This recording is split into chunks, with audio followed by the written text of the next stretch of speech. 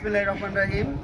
সম্মানিত medical technologist forum, medical technology বৃন্দ, আমরা আপনারা দীর্ঘ 15.5 বছর দেখেছেন যে আমাদের এই টেকনোলজি জাতিকে তিলে তিলে ধ্বংস করার জন্য এই আওয়ামী দোসররা, এই রক্তপিপাসুরা বিভিন্ন সময় বিভিন্নভাবে আমাদের এই জাতির সাথে প্রতারণা করেছে।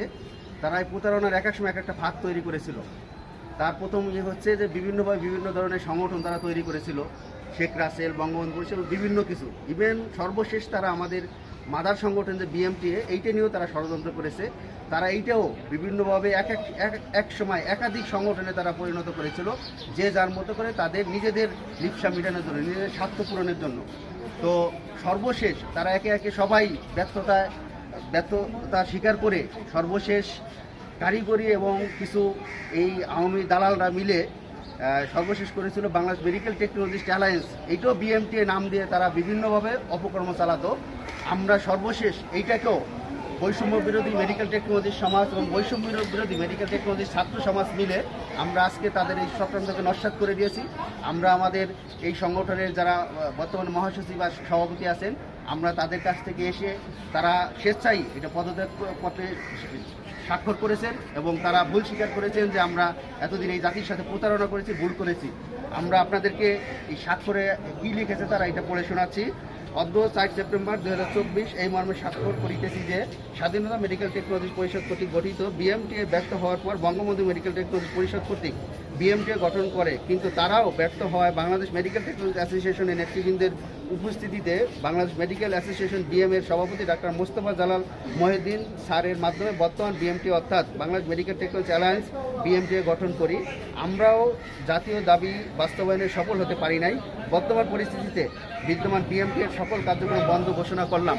এইটা তারা ওই সময় ডাক্তার, যে কুখ্যাত ডাক্তার হয়ে যিনি খুনি অর্থাৎ খুনের নেতৃত্ব দিয়েছেন, সেই জালালের নেতৃত্বে এটা করেছিল তারা।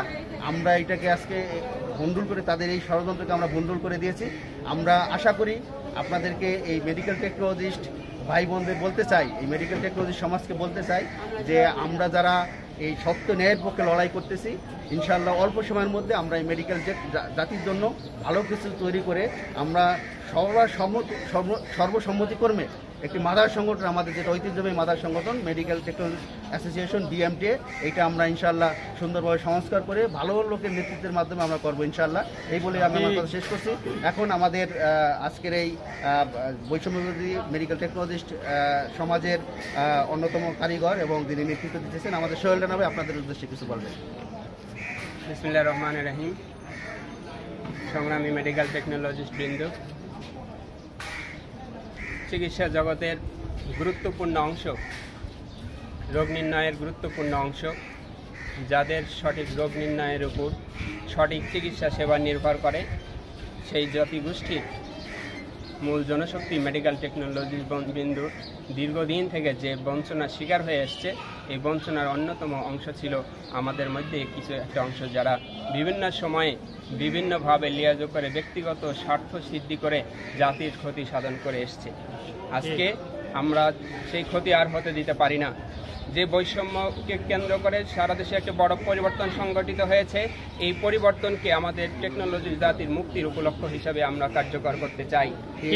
তার অংশ হিসাবে আজকে আমরা দেখছি জাতির জন্য 90 দিনের মধ্যে 2য় শ্রেণী পদমর্যাদা আদায় করে দেওয়া হবে। আপনারা ভোট দিন, 90 দিনের মধ্যে আমরা আপনাদেরকে 2য় শ্রেণী দিব। সেই স্লোগানকে সামনে নিয়ে যখন তারা একটি নির্বাচন করতে গিয়ে প্রশাসন অংশ নিল, সেই নির্বাচন পরবর্তী তারা আজকে প্রায় 14 বছর অতিক্রম হয়ে গেলেও কাঙ্ক্ষিত লক্ষ্যে পৌঁছতে পারেনি।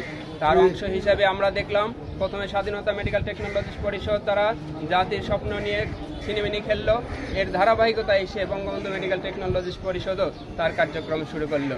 পরবর্তীতে যখন প্রত্যেকেই নিজ নিজ জায়গায় ব্যর্থতায় প্রমাণিত হলো, তখন বিকল্প হিসাবে মেডিকেল টেকনোলজি অ্যালায়েন্স নামে নতুন একটি সংগঠনের কার্যক্রম আমরা দেখলাম।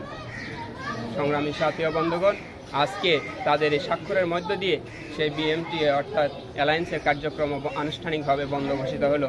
সুতরাং যাদের কাছে, আমাদের সিনিয়র নেতৃবৃন্দের কাছে আমাদের অনুরোধ, জনাব আব্দুল সামাদ, যিনি জনগণের কাছে টেকনোলজিদের কাছে অত্যন্ত সুপরিচিত, বিপ্লবী যেমন বিপ্লব, যিনি টেকনোলজি জাতির সংগ্রামে অন্যতম অংশগ্রহণ করে থাকেন সবসময়, একই সাথে ঘনিষ্ঠভাবে নিবিষ্টভাবে অফিসিয়াল কার্যক্রমে সবসময় মনোনিবেশ করে থাকেন এবং জাতির সকল দাবি দাওয়া আদায়ের ক্ষেত্রে তিনি অফিসিয়াল কার্যক্রম সবসময় পরিচালনা করে থাকেন এমন একজন নিবেদিত মানুষ হেদায়েত হোসেন ভাই সহ যারা জাতির গুরুত্বপূর্ণ কাজে অংশগ্রহণ করে থাকেন তাদের প্রতি আমাদের বিনীত অনুরোধ, বৈষম্য বিরোধী এই টেকনোলজি সমাজে জেগে উঠেছে, এদের জেগে ওঠাকে সাথে নিয়ে আপনাদের বিচক্ষণতাকে কাজে লাগিয়ে অনতি বিলম্বে বাংলাদেশ মেডিকেল টেকনোলজিস্ট অ্যাসোসিয়েশন পুনরুদ্যমে নবগঠন করার মধ্য দিয়ে জাতির মুক্তির জয়যাত্রা শুরু করবেন। আপনাদের কাছে এই দাবি রেখে আমরা সর্বাত্মকভাবে আপনাদের কাজে অংশগ্রহণ করব। যেখানে বাধা আসবে সেখানে প্রতিরোধ গড়ে তোলা হবে। আমাদের দাবি বাস্তবায়িত না হওয়া পর্যন্ত আমরা রাজপথ ছাড়ব না। যেই রাজপথে নেমে এসেছি, বিভিন্ন দাবি দাওয়া দেয় আমরা ইতিমধ্যেই সফলতার দিকে যাচ্ছি। আমরা আশা করি টেকনোলজি জাতির কাঙ্ক্ষিত মুক্তি আমাদের হাতে অনুষ্ঠিত হবে ইনশাআল্লাহ। সবাইকে ধৈর্য ধারণ করে বলিষ্ঠতার সাথে সময় মতো প্রত্যেকটি কর্মসূচিতে অংশগ্রহণ করার আহ্বান জানিয়ে আমরা আমাদের আজকের এই আয়োজন এখানে সমাপ্ত ঘোষণা করছি।